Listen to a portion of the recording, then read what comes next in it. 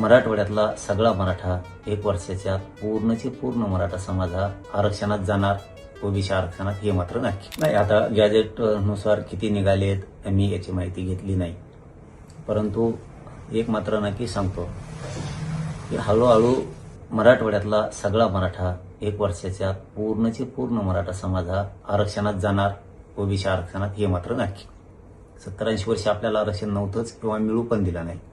हळूहळू 58 लाख नोंदी निघाल्या, 2-3 कोटी मराठी त्याच्या आरक्षणात गेलेत. आता 17 संस्थांचंही GR निघणार आहे. मराठवाड्याचा सुद्धा हैदराबाद गॅजेटियरचा GR निघालाय. त्यामुळे आता टेन्शन मराठा समाजाला राहिलेलं नाहीये. हळूहळू सगळा मराठा समाज आरक्षणात जाणार आहे.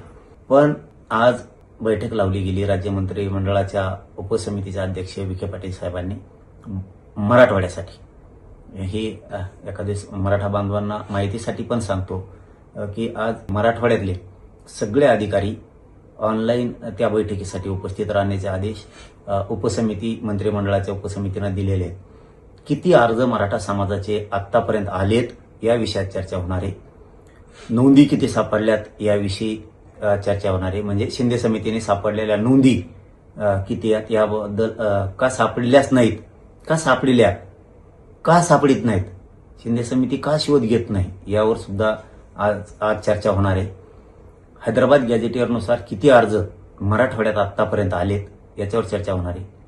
जे अर्ज आलेत त्याचे कुणबी प्रमाणपत्र दिलेत का आणि कशामुळे अधिकारी देत नाहीत जाणून बुजून यावर सुद्धा आज चर्चा होणार आहे.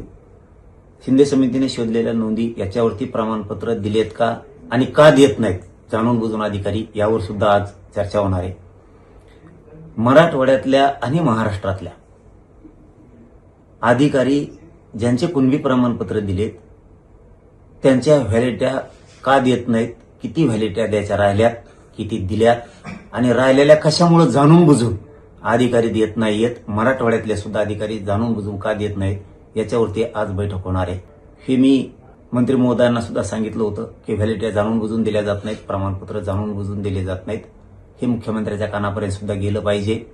राज्य सरकारच्या कानावरती ही गोष्ट गेली पाहिजे. उपसमितीच्या मंत्रिमंडळाच्या कानावरती आम्ही स्वतः टाकलंय. असं होतंय, जाणून बुजून वेठीस धरलं जातंय गरीब मराठा समाजाला. नोंदी असून कुणबी प्रमाणपत्र दिलं जात नाही, व्हॅलिडिट्या जाणून बुजून दिल्या जात नाहीत आणि हैदराबाद गॅजेटियरनुसार सुद्धा अर्ज केलेल्या बांधवांना कुणबी प्रमाणपत्र जाणून बुजून दिले जात नाहीत. धाराशिवचे एक अधिकारी तर जाहीरपणानं सांगतात की आम्हाला एसओपीच नाही आली. किती पागलपणाचं लक्षण आहे त्या अधिकाऱ्याचं. ज्यावेळेस GR निघाला त्याच वेळेस एसओपी आलेली असते.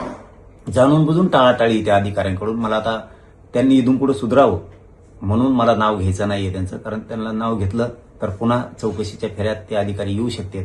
गोरगरिबावर असा अन्याय करायला नाही पाहिजे.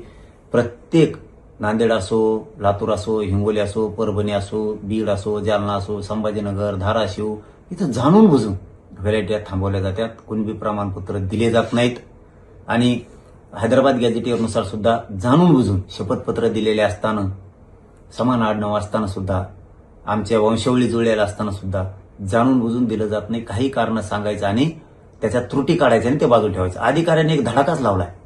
त्रुटी म्हणायचं फक्त आणि बाजूला ठेवायचं. त्रुटी नाहीत, काय नाहीत हे जाणून बुजून मराठा समाजाच्या लेकरांचं वाटोळं करतायत.